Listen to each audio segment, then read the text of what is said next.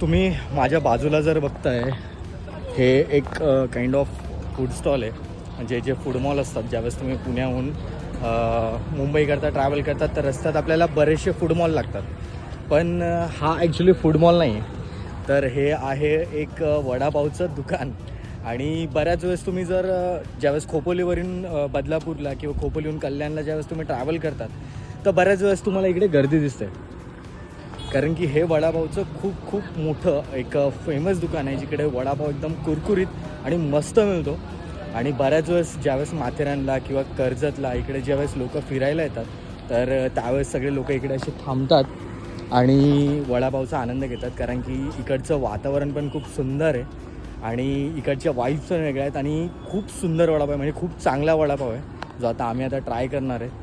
तर तुम्ही ज्यावेळेस पुण्याहून जर किंवा मुंबईला, बदलापूरला